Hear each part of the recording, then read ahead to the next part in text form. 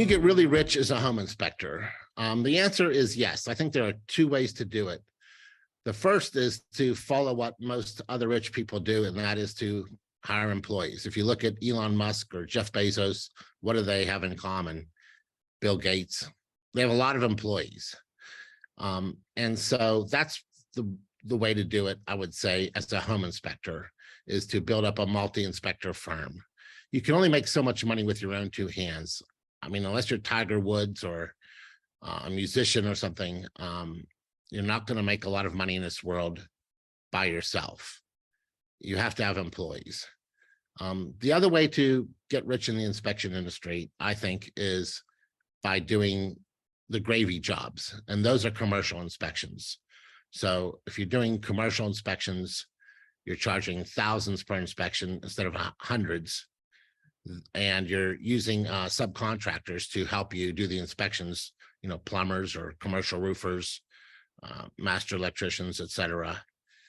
That's another way to get rich in the inspection business.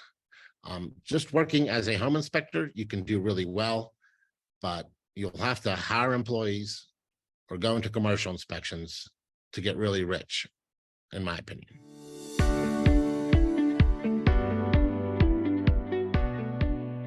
Well, I think I abided by a rule that I learned a long time ago, which is to never do anything that you can't delegate down.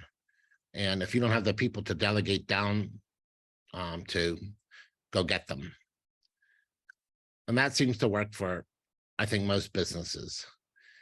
If you're out there doing work yourself, you may be helping your company, but you're not helping your company as much as you could be if you were pushing that work down to somebody competent enough to do it.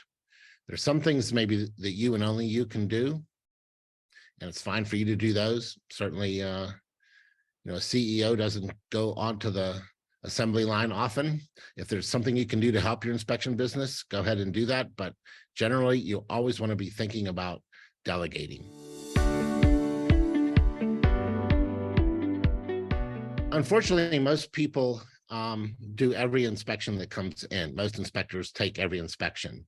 And I think that's a mistake. I think you should market and systemize your marketing so that you're basically bringing in about 1.3 times as many inspections as you could possibly do.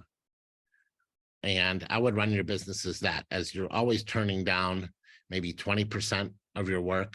If you have the number of employees that can handle enough inspections to do, 80% of the work that's coming in, you're about right. You don't want to do it all. And you don't want to do it all for a couple of reasons. One, when you have a lot of extra work coming in, because your marketing is stronger than your ability to deliver those services, you have the stomach sort of to raise prices. And then you also don't have to worry about the ups and downs in the market, because when it's down, you're probably running full speed and doing all the inspections that come in. And when it's up, you're turning them down. And then lastly, when you're turning down inspections, you're giving your competitors the sort of the mashed potatoes of the meal, the stuff you really don't want to do, the least profitable stuff, the stuff that's far from you geographically, older homes, bigger homes that maybe have some issues, estates, things that maybe where you think that you're not going to get the profit out of them, homes that don't have a lot of ancillary inspection service requests. So if you're just doing a home inspection on a real big home that's old, that's far away, that's your least profitable inspection. So you give those away to your competitors. You keep the gravy for yourself.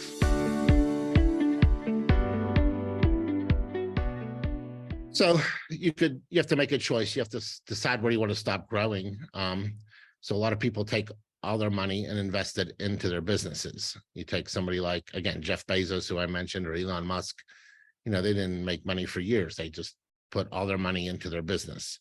And to this day, when we say they have a net worth of hundreds of billions of dollars, that isn't in cash. That net worth is in their businesses. They own stock in their own companies. So that's one way you can do it as an inspector, is to work on your company, see if it needs anything, and shore it all up as best as you can. The rest of it has to go somewhere else. And, we're still in a very inflationary environment. And inflation is cumulative. So if there's 8% inflation one year, then 10% the next, and then 4% after that, inflation hasn't gone down because you're at 22% inflation over those years. And it just keeps adding up. So you can't keep your money in cash. You have to basically move it into income producing assets like your business, rentals, real estate, or other hard assets like precious metals, stocks, or essentially an ownership in something real. Anything you can touch would be better than having cash in the bank.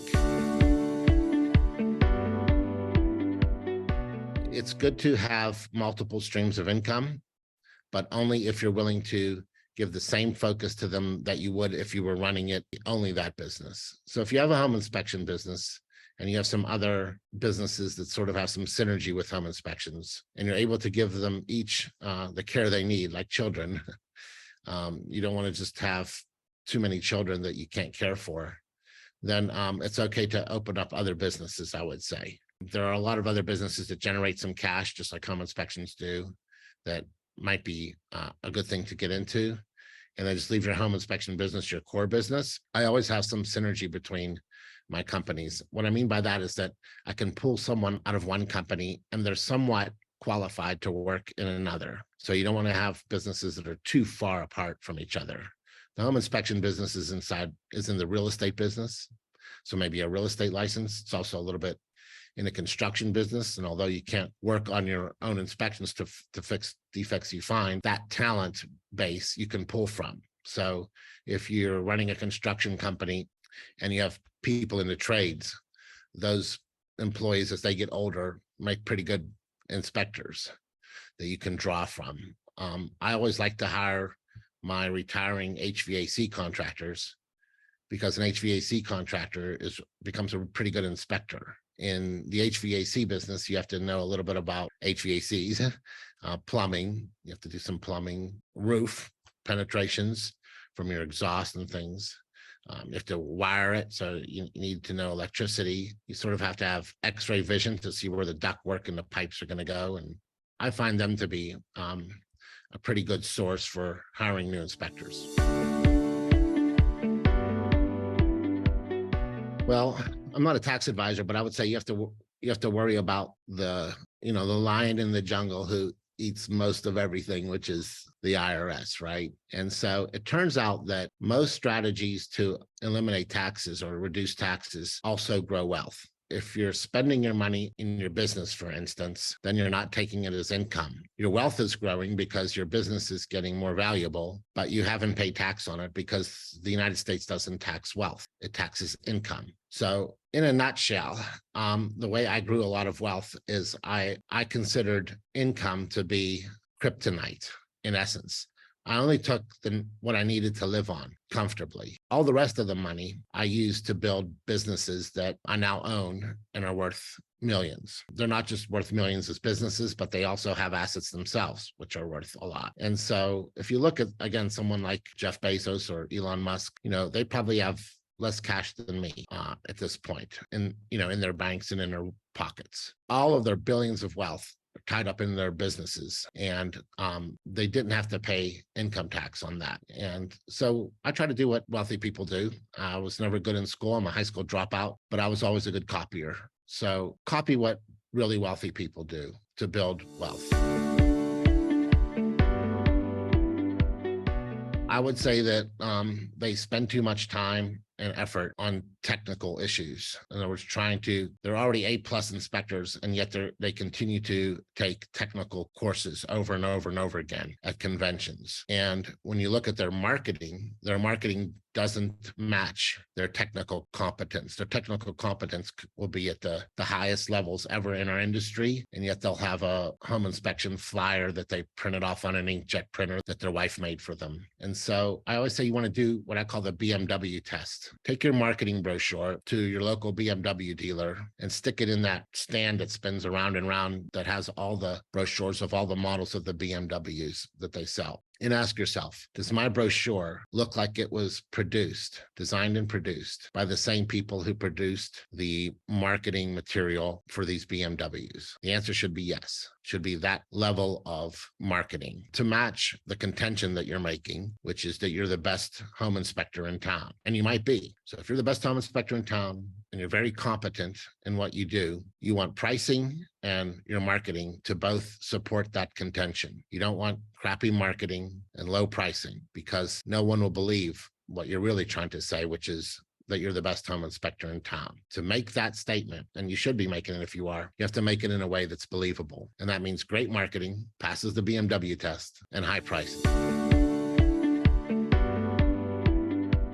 Building a business and producing wealth is one thing, but you also have to protect it. So I mentioned precious metals, for instance. If you bought a bunch of precious metals, gold and silver, you wouldn't just leave them exposed on your deck, for instance, at your house, would you?